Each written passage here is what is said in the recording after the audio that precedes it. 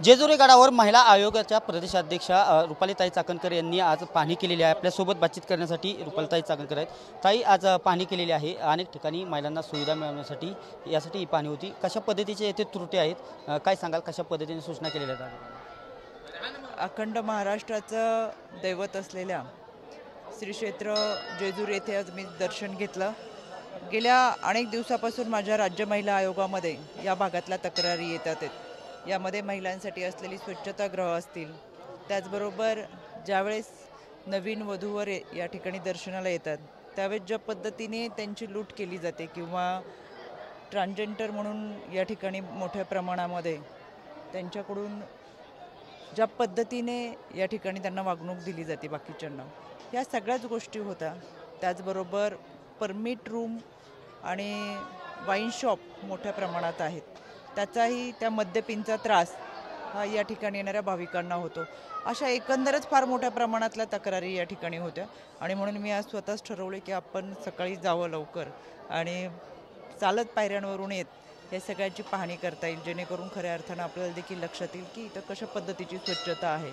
एक चांगली बाब म्हणजे CCTV कॅमेरे सगळ्या भागांमध्ये आहेत। 36 CCTV कॅमेरे या भागामध्ये आहेत, ज्याच्यामुळे साहजिकच चोरीचं प्रमाण असेल, लुटमारचं प्रमाण असेल, छेडछाडीचं प्रमाण असेल हे या भागामध्ये होत नाही। पण त्याचबरोबर स्वच्छतागृहांची व्यवस्था ही चांगल्या पद्धतीची असणं गरजेचं आहे। मी स्वतः स्वच्छतागृह त्या दोन्ही भागांमध्ये जाऊन पाहिलेले आहेत, तर आज तरी स्वच्छतागृह चांगले दिसले, कदाचित मी येणारे याची कल्पना असू शकेल। या ठिकाणी मोठ्या प्रमाणात दोन्ही बाजूला आपण पाहतोय स्टॉल लागलेले आहेत। सगळ्यात मूळ प्रश्न म्हणजे या स्टॉलची नोंद देवस्थानच्या आखाड्यात येत नाही। त्याचबरोबर हे जे स्टॉल लागले त्याची माहिती नगरपालिकेकडे नाही आणि महसूल विभागाकडे देखील नाही। म्हणजे नक्की बाहेरून येणारी लोक जी या ठिकाणी स्टॉल लावण्याच्या नावाखाली बसलेली आहेत, मग त्यांची नोंद असणं गरजेचं आहे। ही नोंद कोणाकडे, तर हा प्रश्न अनुत्तरित आहे। मोठ्या प्रमाणामध्ये येणाऱ्या भाविकांना चांगल्या पद्धतीचं मंगलमय वातावरणामध्ये दर्शन करता यावं ही या पाठीमागची भूमिका आहे। त्याच्यामुळे ज्या काही त्रुटी आहेत इथून पुढे स्वच्छतागृह चांगल्या पद्धतीचे राहतील। जितक्या मोठ्या प्रमाणामध्ये भाविक येतील त्यामध्ये महिलांची संख्या मोठ्या प्रमाणात आहे, त्यांच्यासाठी स्वच्छतागृह तर असतीलच, पुरुषांचे देखील स्वच्छतागृह आहेत। चांगल्या पद्धतीने महिलांना व्यवस्थित दर्शन करता येईल त्याच्यासाठी CCTV कॅमेरे आहेत। स्वच्छता देखील चांगल्या पद्धतीची ठेवलेली आहे, पण इथून पुढेही अजून काही स्वच्छता ठेवण्यात येतील। सुरुवातीला येताना जी मोठ्या प्रमाणामध्ये स्टॉल बसलेले त्यांची नोंद कोणाकडेच नाही आहे, त्याचं मी निश्चितपणाने माहिती घेईलच। आता ही माहिती कोणाकडं आहे किंवा त्याचा पाठपुरावा कोण करतं, त्याचं ऑब्झर्व्हर कोणाच्या अंतर्गत येतं, या सगळ्यांची माहिती घेऊन एक शिस्तबद्धता यामध्ये राहील याच्यासाठीचा प्रयत्न केला जाईल। राज्य सरकारने एकंदरीत 109 कोटीचा निधी दिलेला आहे। विविध कामे आज गडावरती चालू आहेत, त्या निधीमधून कुठं महिलांसाठी जास्तीत जास्त कामे होण्यासाठी कुठं प्रयत्न करणार आहात का? राज्य सरकारला मागणी करणार?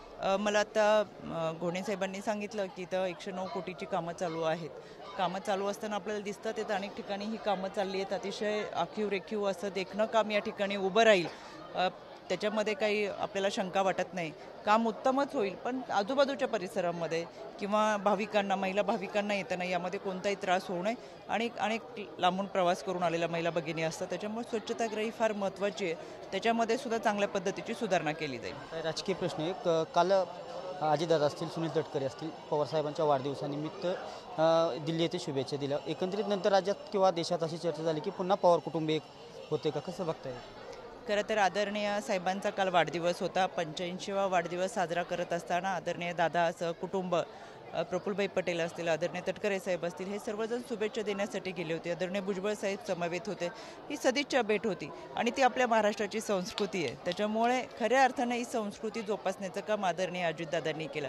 राजकारणाच्या ठिकाणी राजकारण, कुटुंब वेगळ्या ठिकाणी, त्याच्यामुळे राजकारणामध्ये कितीही खालच्या पातळीला जाऊन कोणीही टीका केली असेल तर ते सगळं बाजूला ठेवून आदरणीय दादांनी मनाचा मोठेपणा दाखवत खऱ्या अर्थानं साहेबांना वाढदिवसाच्या शुभेच्छा दिल्यात आणि ही महाराष्ट्राची संस्कृती त्यांनी जपली आहे। मंत्रिमंडळाचा विस्तार उद्या होत आहे, कशा राष्ट्रवादीला 9 पदे येतात, एकंदरीत अर्थ खाते ते BJPकडे जातं असं सूत्रांकडून माहिती मिळते, कसं पाहताय? कारण राष्ट्रवादी अर्थ खात्यासाठी पहिल्यापासून कोणतं खातं कोणाकडे जातं याबाबतली माहिती ना तुमच्याकडे ना माझ्याकडे, त्याच्यामुळे तिन्ही पक्षाची पक्षश्रेष्ठी एकत्र बसून याबाबतचा निर्णय घेतील आणि उद्याचा एकच दिवस शिल्लक राहिला आहे, आपण त्याच्यावरती चर्चा करण्यापेक्षा उद्या आपण पाहूयात कोणतं खातं कोणाला मिळतं।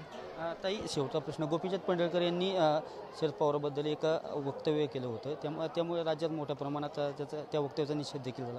कसं पाहता आपण?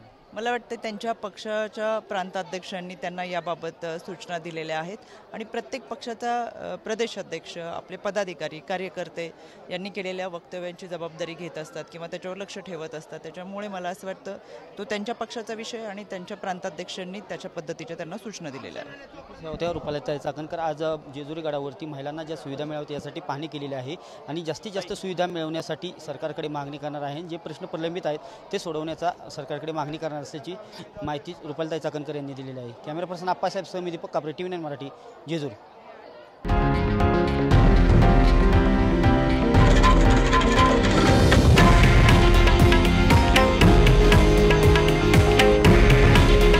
हे आहे देशातील नंबर 1 न्यूज नेटवर्क आणि आपण पाहत आहात TV9 मराठी.